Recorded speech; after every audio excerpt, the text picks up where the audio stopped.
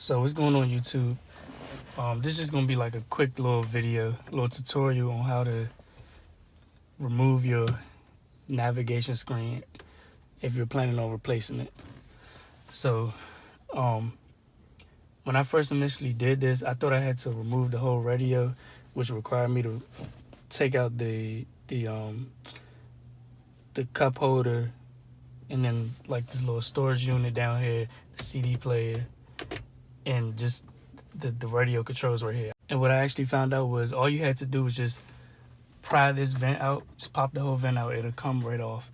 And after that, it'll be some screws right there. You just unscrew those, you pull this piece out, then you unscrew the screen, you just take the screen out and unplug it and then replace it. To do this, the tools you'll need a pry tool and a Phillips head screwdriver. So what you want to do is go ahead and pry it open. It might be hard the first time because, I mean, if you don't really take this apart, then it's going to be kind of a struggle. But since I already took this apart, it's pretty easy for me to just pop it right out. Now, once you do that, you're going to have two cords. You're going to have one for your airbag and then one for your hazard lights. So you just unplug those. Let's get this out the way. Once you unplug those, it's gonna be like a clip right here that the cords are attached to. You can go ahead and take that off if you can, but if not, when I first initially did this, I did take it off. I used some needle nose pliers, but the second time when I did actually take the navigation screen out, I didn't take the clip off. I just set it on my shifter, on the shifter knob, and just made sure it wasn't, pulling or anything where it could damage the cord. So, let me get this out the way.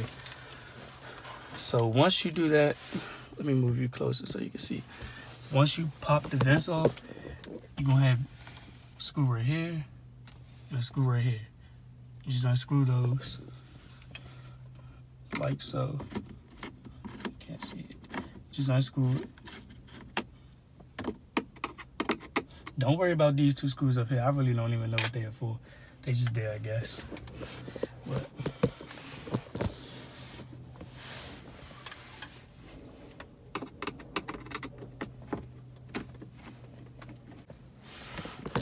okay, now as you can see, I got the screws off.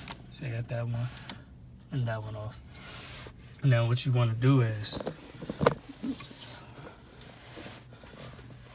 you want to pull this piece out. Now your pry tool is going to come in handy again. What you want to do is you want to find a spot where you can pry this top piece off so you can actually pull it out. The best way to do it is to actually get it in the corner, because that's what's really getting caught up in here is the corner. And be careful with it. You don't want to break it. It's pretty fragile. So got it out like that. Pull it out. Now you got the screen. Screen is gonna have these two screws right here, and then there's two. Let me see if I can get it right there.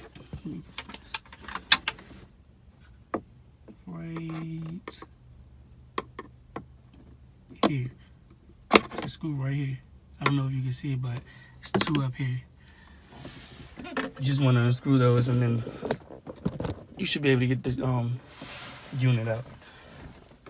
Oh yeah.